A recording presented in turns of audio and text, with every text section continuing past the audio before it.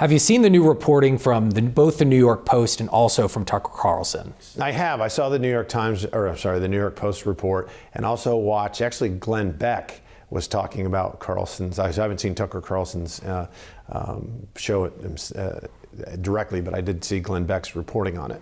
And I found it, and I watched that whole episode. I found it very interesting, very troubling as well. And it really, some of the information they were sharing was not verified yet. Nonetheless, I think warrants an additional look from Congress. We had taken our mission on the assassination task force was to leave no stone unturned.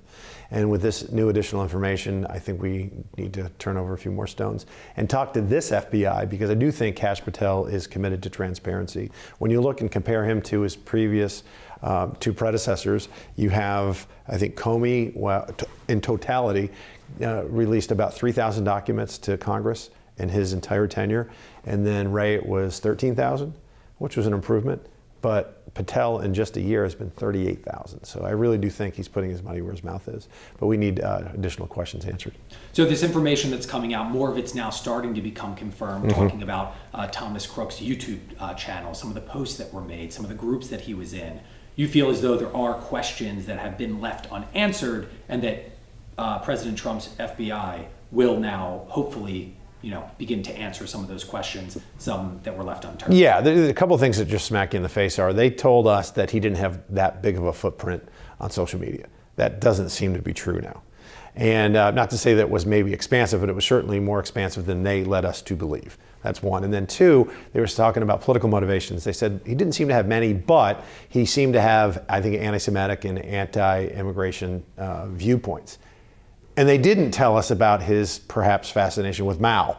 I think that was interesting in and of itself. And some other things. From our investigation, it seemed that we had obviously a very troubled young man. He was focused on and really obsessed with violence and then violent rhetoric. But we didn't know that part initially. This has just come out now. So that angers me. The fact that I think the assassination task force was stood up at the end of July, I think it was July 29th, we didn't see the rifle that he used until November 18th. That's 4 months. Why? Would it have some secret that China was going to use against it? It was serious. It was silly. The fact that I was asking direct questions to the FBI about what kind of rifle was it?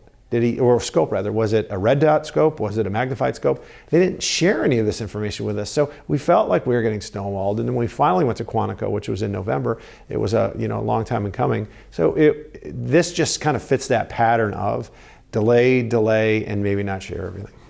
You used the word anger a few times, and that's obviously how you feel right now. Is that also how maybe some of your colleagues feel as well that served on that task force, saying, okay, this information is coming out now. This was either, I don't want to say it was hidden, but it was not divulged to the task force, and that there is absolutely a search for answers here. Like, that's where the bottom line comes in. We need answers with this information. That's a great question, because was it deliberate or was it incompetence? It's one of the two. Why we didn't get this full, expansive report and reporting to us. It should have been quicker, and it should have been more, really, again, all-encompassing, and it wasn't. What questions specifically are you looking to, focus in to get answered? Was it what you just mentioned in terms of, was it deliberate? Was it intentional? Are there other questions that specifically you have now moving forward that you say, these are the ones specifically I want to ask to those in charge? One of the deputies for former Director Wray, Paul, I believe his name is pronounced Abadi, he was the one that shared with us that, he has these anti-immigrant and anti-Semitic views. Well, why did he feel compelled to tell us that and not the other information? Is that all he had? I just find it very interesting that it would fit into a narrative that a Biden DOJ would want to put out there, because certainly we saw early reports that this guy was MAGA. So why would you want to, if you're a pro-President Donald Trump, why would you want to try and kill President Donald Trump? That in and of itself didn't make sense then, and that was pretty much rejected out of hand initially. But why, if you're going to make that kind of a statement, why just that? Why was it so selective? That's a direct question I want to ask him under oath. Did he have knowledge of this other information? Because if he did, you could make a very good argument that he lied by omission under oath. Because if we're asking about that and you're going to go there, then give us the full view. Because all we're after Hell, I came to Congress. I want the truth. There's no such thing as your truth or my truth. There is only the truth. That's what we want on any topic, and particularly when the President of the United States, former president, and the leading candidate to be the next president almost has his head explode from an assassin's bullet, and that assassin shouldn't have been anywhere near where the president was. He was 150 yards away with a high-powered rifle. I mean, how the hell does this happen in today's day and age? And we know now it was about 10 critical breakdowns of the Secret Service, which we could certainly run down. And if they did one of these 10 correctly, he probably wouldn't have gotten any shots off. And the man lost his life because of this as well. So it was a major catastrophic failure on their part, but also afterwards, we want to learn the truth. And you know why? Because we don't want this repeated. And it was almost repeated 2 weeks later. So this is unacceptable, and it has no partisan color whatsoever. We want Democratic presidents and elected officials to be protected, and same with Republicans. And obviously the Secret Service failed us, but we don't want the FBI to do so as well. I just want to follow up. Are you planning on calling on the Deputy Director, Paul Abate? Are you planning on calling for him, or have you formally called for him to come back and testify? I think, I will be formally calling it. I'm going to talk to Chairman Comer, who does a great job with the Oversight Committee. I think that's where this should land, this further investigation and these turning over of rocks. I think the Oversight Committee is the perfect, really, platform in which to do that. And initially, when we even questioned former director, and I'm glad I can say former when I say director, Cheadle, it was very bipartisan, because people were infuriated whether they were Democrats or Republicans, and it was on her watch. And I knew from whistleblowers that rank and file members of the Secret Service didn't like her leadership, and there was low morale because she didn't know what the hell she was doing, and she proved that. Did this feel politically motivated? What's that? The investigation? The FBI's investigation, okay. the U.S. Secret Service, and also the information that initially came out. I should have clarified, I apologize, Sorry. with Thomas Crooks. Did it feel as though there was a political motivation behind any of this? Well, the fact that this Mr. Abate happened to mention only he gave us a selected, almost edited viewpoint, or a report on Crooks's possible political motivations. That in and of itself is troubling and could have been, it was just a very convenient thing to talk about and not give us, it was a very narrow answer to the question. And I don't even know actually if he was questioned about that specifically, or he just shared it of his own volition. So that, again, is something that we need to say, why did you just say this and not this whole thing? Because if you reported the whole thing, it leads, I think, the viewer to believe he was just kind of a scrambled-brained, really troubled, mentally ill kid that took a life and almost took the president's life. And then really politics wasn't really behind it. But they tried to say, well, if politics was behind it, it was because he was a right-wing nut. And that wasn't the case. Because the information coming out was actually showing us, I don't want to say quite the opposite, but that there was some type of alleged radicalization actually going on behind the scenes. From my understanding, prior to COVID, was very much more pro-President Trump and the more right-wing. Mm-hmm. And then following COVID, moved more. At some point, he flip-flopped politically. There was some type of alleged online radicalization that was at play here, and then at some point flipped. Yeah, because troubled minds like that, particularly in today's day and age with this social media, are susceptible to radical views, unfortunately. And his parents even told us, or told the FBI, and they shared it with us, that he was, about a month or two prior to the assassination attempt, was in his garage talking to himself, walking around. They were really kind of fearful of what he may do. Do you have, you're knowledgeable about, with the autopsy report and Representative Higgins going to Butler and then he was cremated? Yes. Okay. When you hear that information, and then, I know Tucker Carlson, you haven't seen the clip, but then also the New York Post reporting on this as well, when you're talking about regathering evidence here down the line, and continuing an investigation into Thomas Crooks and the FBI's investigation into Thomas Crooks, and you hear that the body was cremated. I mean, I don't know when you heard that initially, but it's about 10 days afterwards. You need an FBI signature in order to do that with an ongoing investigation. When you hear that, I'm not going to ask you again if you think it was politically motivated, but your thoughts on hearing that 10 days after the assassination attempt, his body was cremated. That didn't make sense to me when I first found out about it, because this is the body, for lack of a better term, is evidence. I mean, this was a shooter. This is a person that killed someone and tried to kill many, President Trump, and could have killed others. Why was his body cremated so quickly? Why was the crime scene on the roof that he was on, why was that cleaned so quickly? Leave it as it is. And B, you should err on the side of caution in that regard. They did not. That's another question that I would directly like to ask the FBI, or who was ever making those calls on balls and strikes back then. And it's been reported as well that I believe there was some drone surveillance activity, or at least some restrictions that should have been in place when Thomas Crooks allegedly was flying his drone, looking in and around that area as well. I'm assuming those are questions that you also want to get answered. How is this system, the security system, just so happened to be down for, I think it was at least minutes, if not 10 minutes? We asked that question back, when we were doing our original investigation, and they had anti-drone technology. It just wasn't working. So my question then is, well, why didn't you have redundancy? That's your whole job. You have a fail-safe mission. You cannot fail. So you have to have built-in redundancies. And the answer was, yeah, we should have had it. Sorry. Okay, why? I have a lot of questions, and I had them then, I still have them, and their answers then were, sorry, we just got it wrong. There was a water tower. It was the highest point. It had line of sight to where the president was actually speaking, and line of sight to the rooftop where Crooks shot from the AGR building. And he shot from that vantage point. Why didn't you have somebody up there?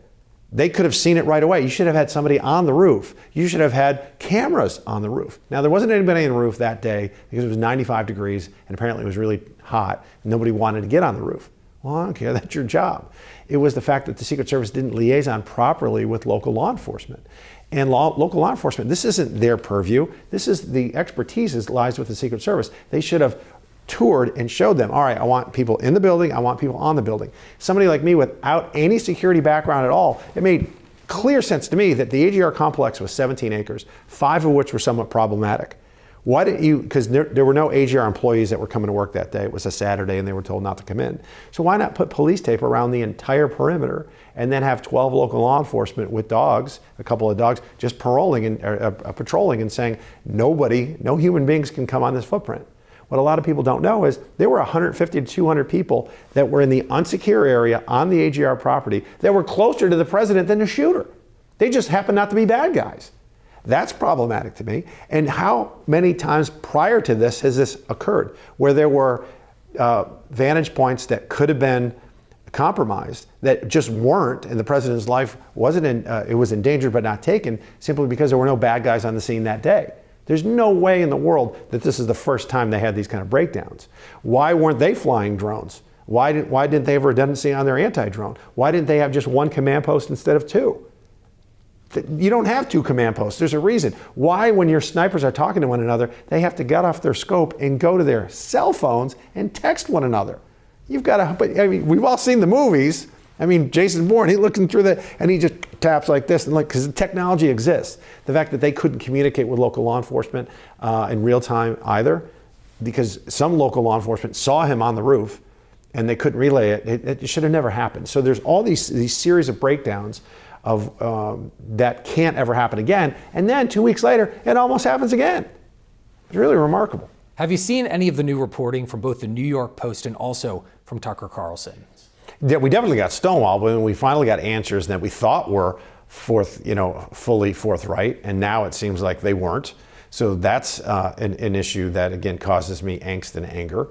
I would like to bring in the new director of the Secret Service, Sean Curran, and just visit with him as well to make sure that, hey, have these lessons been learned, and hey, has the culture changed? Because Cheadle resigns, and rightfully so, the day after we have her in front of the Oversight Committee, right?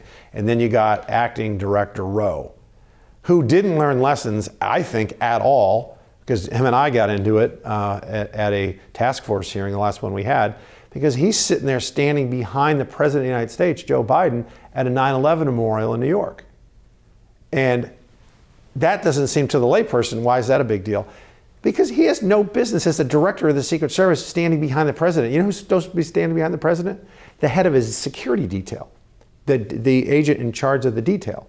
And why is that important? Because he's the one in charge of the protection plan. he has a vest on. He has a radio in his ear, and he went to the operational briefing that morning. So if anything, God forbid, goes down, they all know, they all have a role to play. Rob Rowe doesn't. What the hell was he there for? Obviously, he was there for the photo op, okay? And furthermore, when he puts the director or the special agent in charge of the president's detail out of position, guess who he then puts out of position? The special agent in charge of the vice president's detail.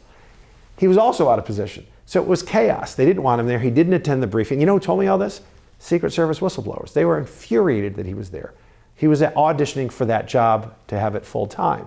And he put the president's life in danger when he did that because he wasn't wearing a vest. That's important because God forbid, again, there's a shooter, and if they hit him, the bullet doesn't go through him. It would have went right through Rob Rowe and killed Joe Biden. He didn't go to the operational briefing that morning. He had no operational reason to be where he was. He didn't have a radio on him, et cetera. So he would have been in the way if something had gone down.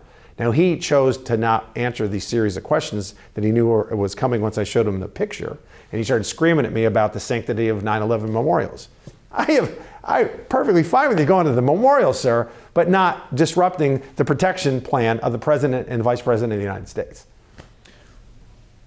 FBI Director Kash Patel and also Dan Bongino, I know I'm kind of skipping ahead here, but Sure. I am curious. They both said this was included in Tucker Carlson's piece, and I believe it was also reported in the New York Post, but we've heard them say that they're going to release information, or they want to release information after the trial. They keep saying the trial. Do you have any idea what the trial is referring to or what they're referring to? I don't know. Because they keep saying, we're going to release after a specific trial.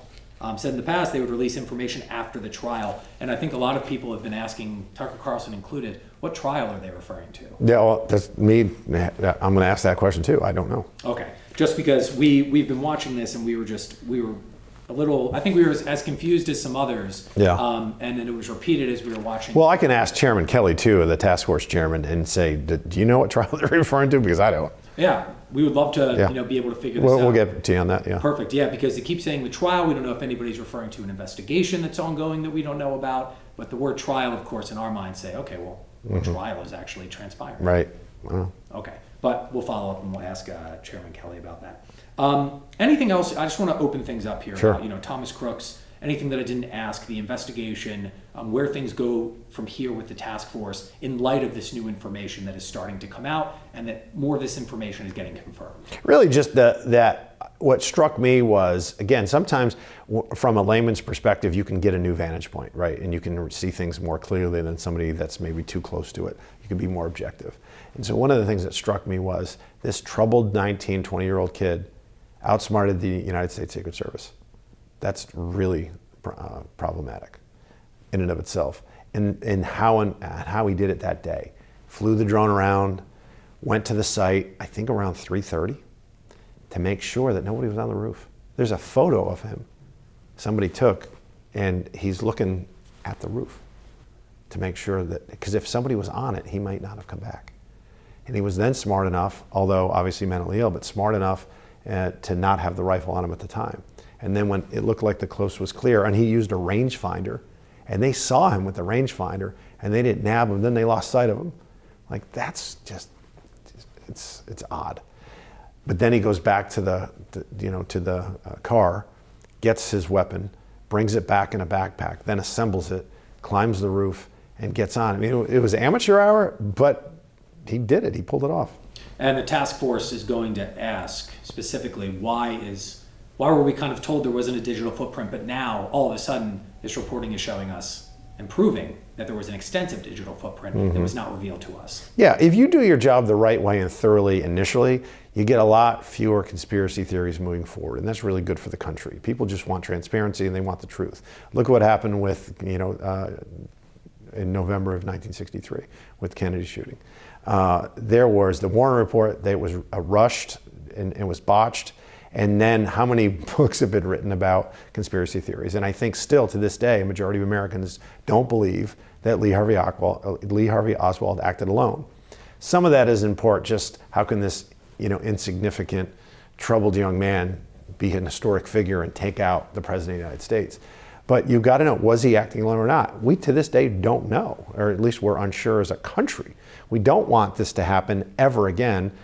We don't want the act to happen ever again, but we don't want that doubt to creep into the American really persona either, because if you start doubting things like that, you're not going to trust your own government. And that's not a healthy place to be in an open republic.